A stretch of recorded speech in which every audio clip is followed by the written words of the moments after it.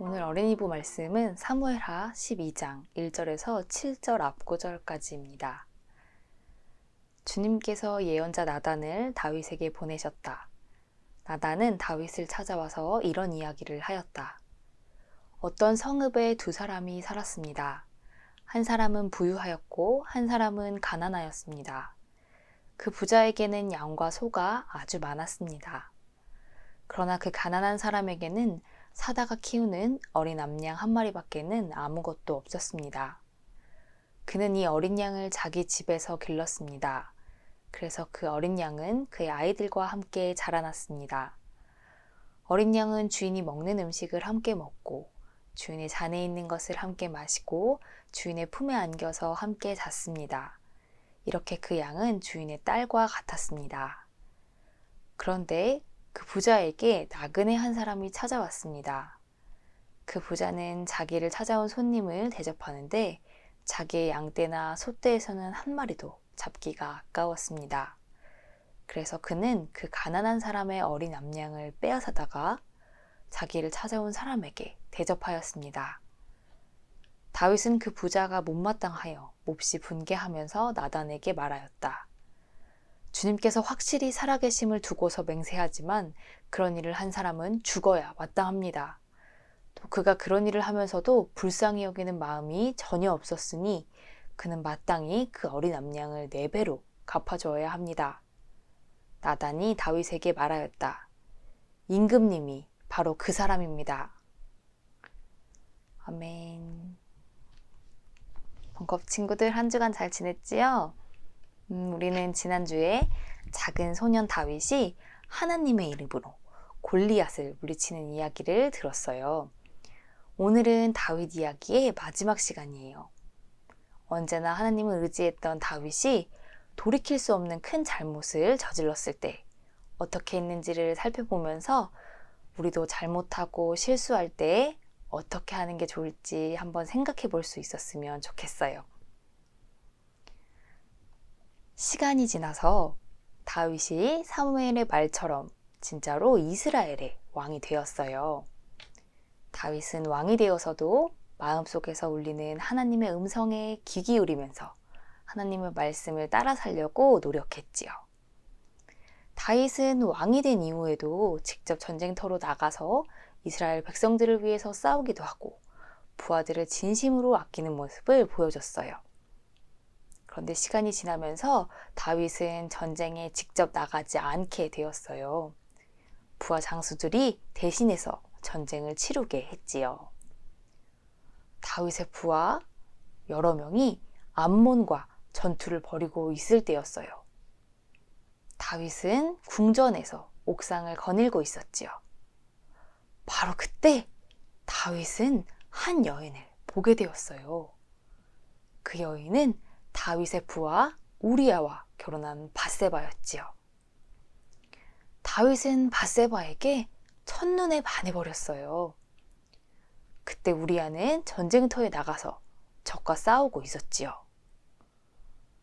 다윗은 부하들을 통해서 밧세바가 이미 결혼한 사람이라는 이야기를 들었지만 마음을 가라앉히지 못했어요. 밧세바를 어떻게든 자기의 아내로 만들고 싶었지요. 하지만 밧세바는 이미 우리아와 결혼했기 때문에 불가능한 일이었어요. 그래서 다윗은 못된 계획을 꾸몄어요. 우리아를 전쟁터에서 그 중에서도 가장 위험한 곳으로 보내서 죽게 만들려는 그런 못된 계획이었지요. 결국 우리아는 가장 치열한 전쟁터에서 죽고 말았어요. 밧세바는 남편 우리아의 죽음을 제대로 다 슬퍼하지도 못하고 왕궁으로 불려가서 다윗 왕과 결혼해야 했어요. 그런데 다윗이 까맣게 잊고 있는 것이 있었어요. 바로 하나님이었죠. 하나님은 이 모든 상황을 다 지켜보고 계셨어요. 다윗이 한 모든 실수와 잘못도 다 보고 계셨지요. 하나님은 늘 다윗 가까이에서 하나님 뜻을 전하던 예언자 나단을 부르셨어요. 나단은 다윗 왕에게 가서 이야기 하나를 들려주었지요. 한 마을에 두 사람이 살고 있었습니다. 한 사람은 부자여서 많은 양과 많은 소떼를 거느리고 있었지요. 다른 사람은 가난해서 어린 양 한 마리밖에는 가진 것이 없었습니다. 이 사람은 그 양을 정말 사랑했어요. 먹는 것도 같이 먹고 잠도 같이 자고 자기 자식처럼 아꼈지요. 그러던 어느 날 부자인 사람 집에 손님이 찾아왔습니다. 그런데 이 부자는 자기가 가진 양떼 중에서 한 마리를 잡는 게 아까웠다지 뭡니까?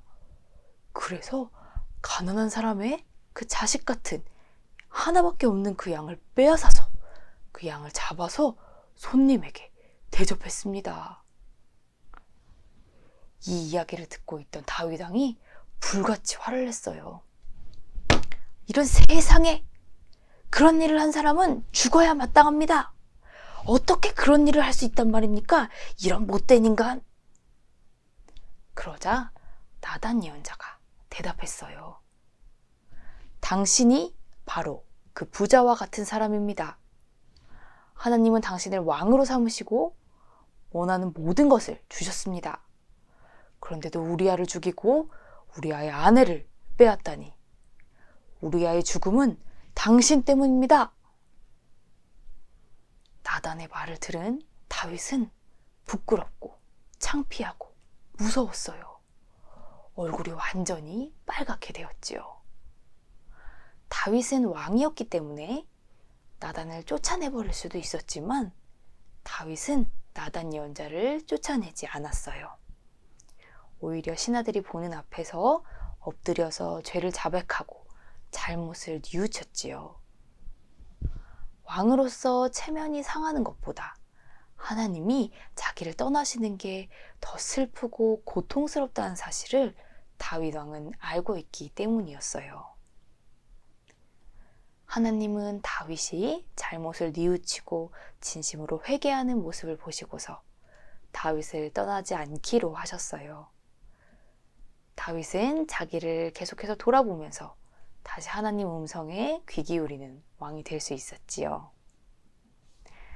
사랑하는 벙커업 친구들, 우리 인간은 100층이 넘는 건물도 지을 수 있고 하늘을 향해서 우주선도 쏘아 올릴 수 있는 멋진 존재지만 늘 실수하고 또 잘못하는 연약한 존재이기도 해요. 아마 실수하지 않고 잘못하지 않는 사람은 이 세상에 없을 거예요. 그래서 잘못된 선택을 하지 않는다면 가장 좋겠지만 잘못을 저지르고 나서 어떻게 행동하는지가 우리에게 더 중요해요. 다윗은 누군가 자기의 잘못을 지적했을 때 핑계를 대거나 변명을 대거나 왕이라는 힘으로 그 사람을 해코지하지 않았어요. 자기 잘못을 인정하고 뉘우치고 자기를 돌아봤지요. 우리는 잘못하고 또 실수하고 했을 때 혼날까봐 무섭고 다른 사람이 비웃을까봐 걱정돼서 잘못을 인정하지 않고 핑계를 대고 변명을 하고 남 탓을 할 때도 있어요. 하지만 그건 더 큰 잘못을 저지르는 거예요. 다시 돌이킬 수 있는 기회를 아예 잃어버리게 할지도 몰라요. 잘못을 인정하는 건 자존심 상하는 행동 같지만 사실 자기 잘못을 인정하고 뉘우치는 데에는 아주 큰 용기가 필요해요. 핑계를 대고 남 탓을 하는 것보다 잘못을 인정하고 반성하는 게 훨씬 더 용감한 행동인 거예요. 또 잘못을 인정하고 뉘우치는 건 실수와 잘못을 되돌릴 수 있는 유일한 기회를 줄지도 몰라요. 당장 겁나고 창피해서 뉘우칠 수 있는 기회를 잃어버린다면 더 엉망이 될지도 모르지요. 우리가 잘못을 뉘우치고 반성할 때 하나님이 다윗에게 그러셨던 것처럼 하나님은 우리를 떠나지 않으시고 우리와 항상 함께 해주실 거예요. 혹시 큰 잘못을 저질러서 거짓말로 꽁꽁 숨기고 있는 친구가 있나요? 잘못을 고백하고 뉘우칠 수 있도록 용기를 달라고 기도하세요. 우리가 다시 시작할 수 있도록 하나님은 그 기도를 들어주실 거예요. 함께 기도하겠습니다. 하나님, 내 욕심을 채우려고 잘못을 저지른 적이 있어요. 그리고 그 잘못을 덮으려고 핑계를 대고 거짓말을 한 적이 있어요. 용서해 주세요. 하나님, 우리가 실수하고 잘못할 때 우리가 잘못을 인정하고 뉘우칠 수 있도록 용기를 주시고 우리가 잘못을 고백할 때 우리를 받아주세요. 그리고 다시 시작할 수 있도록 힘을 주세요.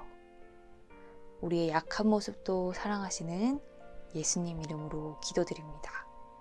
아멘. 하나님은 내게 복을 주시고 너를 지키시기 원하며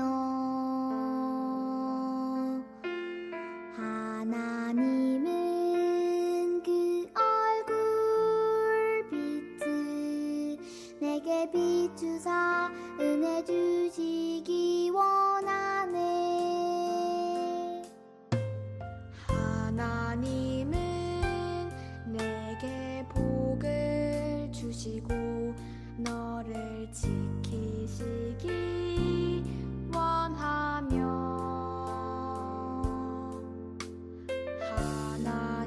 하나님은 그 얼굴 빛을 내게 비추사 은혜 주시기